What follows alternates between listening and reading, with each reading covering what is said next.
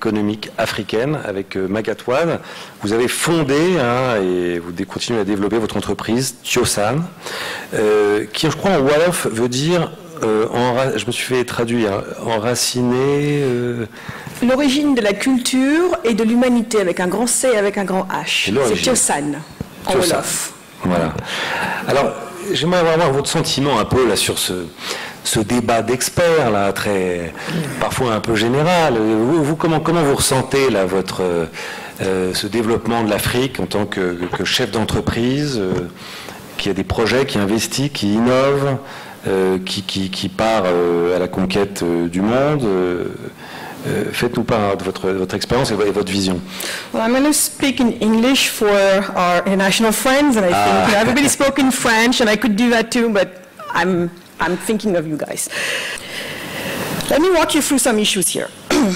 The only African nations that are more friendly than France are Mauritius and Rwanda.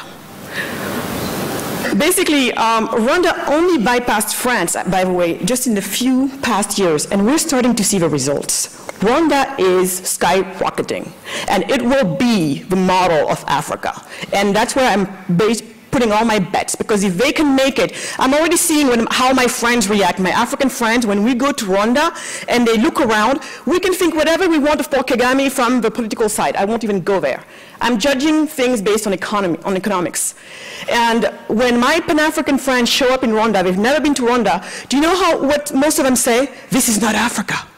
Why? Because in Rwanda, you don't even see a peel of mango on the floor. Rwanda is cleaner than Paris. Yes, Kigali is cleaner than Paris. The streets of Kigali are cleaner than Paris. J'étais interpellé par Magat. Oui, la vision, ça compte. Mais c'est vrai que quand vous avez une formation un peu de macroéconomiste, et vous n'avez pas envie de faire du culturalisme non plus dans votre réponse. Vous n'avez pas envie de dire... Parce que les conditions sociales du Rwanda, moi aussi j'admire beaucoup le Rwanda, mais je ne suis pas sûr que j'ai envie d'avoir été rwandais, si vous voulez, parce que c'est compliqué. Oui, il y a un régime qui s'est fixé comme objectif de progresser de 10 places par an au classement Doing Business. Oui, il en a les possibilités historiques et sociologiques. Mais dans quelles conditions? Vous les connaissez très bien, ces conditions. Vaut-il mieux être sénégalais? Je ne sais pas. Dieu est-il béninois? J'espère.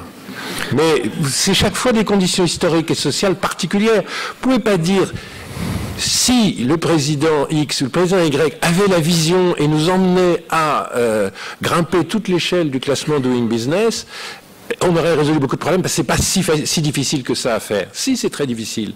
C'est extrêmement difficile d'être Paul Kagame. Oui, c'est une des meilleures polysémiques en Afrique. C'est très difficile d'être rwandais. Donc on ne peut pas, comme ça... Oui, c'est bien d'être l'île Maurice. Enfin, l'île Maurice, c'est pas du tout notre passé, l'île Maurice. C'est des populations entièrement halogènes. C'est un mix de populations complètement différent du reste du continent. Donc oui, nous avons des exemples très encourageants. Il y a beaucoup de choses qu'on peut faire par la volonté. La puissance de la pensée, la puissance du déterminisme de la culture, c'est très important. Mais il y a aussi quand même quelques données historiques qui ne nous rendent pas tout facile. It would be unfair to not let me answer to that. My answer is going to be really short. But at the end of the day, we all share something, which is humanity. And I am sorry, but you know, there are things that we know do work. And it doesn't matter whether you're in Rwanda or in America or anywhere else, we know that there are things that do work, and I need some of those infrastructures. It may be hard to do, but we have to have a commitment to do it. And I think it's too easy to say it's hard, or Mauritius is not like us, or this or that. At the end of the day, I'm human. I feel like we need to pay attention to this. This is very important. As an entrepreneur, I need it, and I will not give up. So, come up with excuses. There's no excuses. Alors, Madame Oued, vous avez participé à ces forums. Et on a vu votre virulence au niveau de l'intervention. Non, ma passion. Oui, alors on a remarqué aussi que vous avez donné quelques indications concernant la formation des jeunes. Il ne faut pas qu'ils rentrent dans un carcan, dans un cadre bien. En Inde, ils ont fait cette expérience, mais ça n'a pas marché.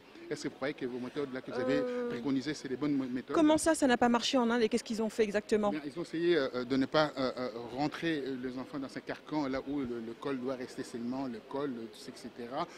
Aller vers d'autres modèles, mais les modèles les plus anciens, ça marche toujours. Je ne sais pas ce dont vous parlez par rapport à l'Inde qui aurait essayé ce dont je suis en train de parler.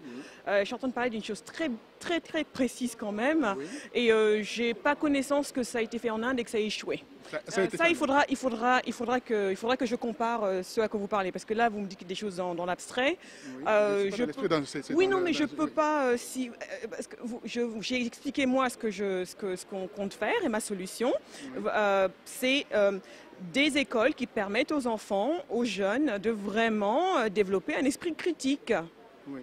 Et aussi d'avoir un esprit innovateur et d'avoir aussi un esprit créatif. Il y a des étapes. Donc je ne vois pas... Il y a des étapes. Non, ça commence tout petit. Ça commence tout petit. Les écoles dont je parle, on commence au niveau de la nurserie, quand les petits ont 2 semaines. 2 semaines. Et dans certains cas, on n'a même pas besoin d'aller à l'école. On est formé à la maison. Donc on peut être contre, ce qui a l'air d'être votre cas, mais ne me dites surtout pas que ça ne marche pas. Je ne suis pas contre. Et deuxième question concernant, ça m'a un peu rebuté un tout petit peu. Il y a 850 millions de francophones dans le monde. En 2050, il y en aura plus de 1 milliard, plus de 1,5 milliard d'ailleurs. Parce qu'il y aura bien entendu 2 milliards en Afrique où le continent sera beaucoup plus francophone. Comment se fait-il que vous venez d'un pays comme le Sénégal où on parle français et où il y aura la francophonie le 29 au 30 novembre 2014 ici à Dakar et que vous parlez en anglais? Moi, la francophonie ne me définit pas. Ne me définit pas. On est venu à une conférence de business. D'ailleurs, ce qu'on nous avait demandé, c'est si vous parlez anglais, parlez anglais. C'est normalement ce qu'on devait faire. Les gens qui parlent français, c'est parce qu'ils ne communiquent pas vraiment en anglais. C'est pour ça. Donc, une fois de plus... Après... Il y en a qui communiquent très bien, mais ils parlent français. Bon, j'ai décidé de parler en anglais. C'est ma position. C'est ce que je défends. Je suis à une conférence de business. Je trouve que l'anglais, c'est la langue du business. C'est un affront par rapport Non, pas forcément un affront. Il y a des endroits où je parle français. Là, on se parle en français. Il y a des endroits où je parle en anglais. C'est un complexe? C'est mon choix. C'est un complexe? Non, c'est un choix. C'est mon choix. C'est mon choix. Et ça aussi, on devrait être libre de choisir ce qu'on veut sans que ce soit vu comme un complexe. La troisième et dernière question. Vous parlez de modèles... Ce dont vous parliez tout à l'heure, là, j'entends toujours la critique du côté francophone. Mais après, les gens critiquent, moi, je fais ce que j'ai à faire. La dernière question concernant le modèle que vous avez exposé, le modèle transposé, modèle rwandais. À Kigali, vous avez dit, c'est plus propre que Paris, si j'ai bien compris, hein, même en anglais, je comprends quand même très bien. Et que ces pays-là, en termes d'économie, ça marche très bien.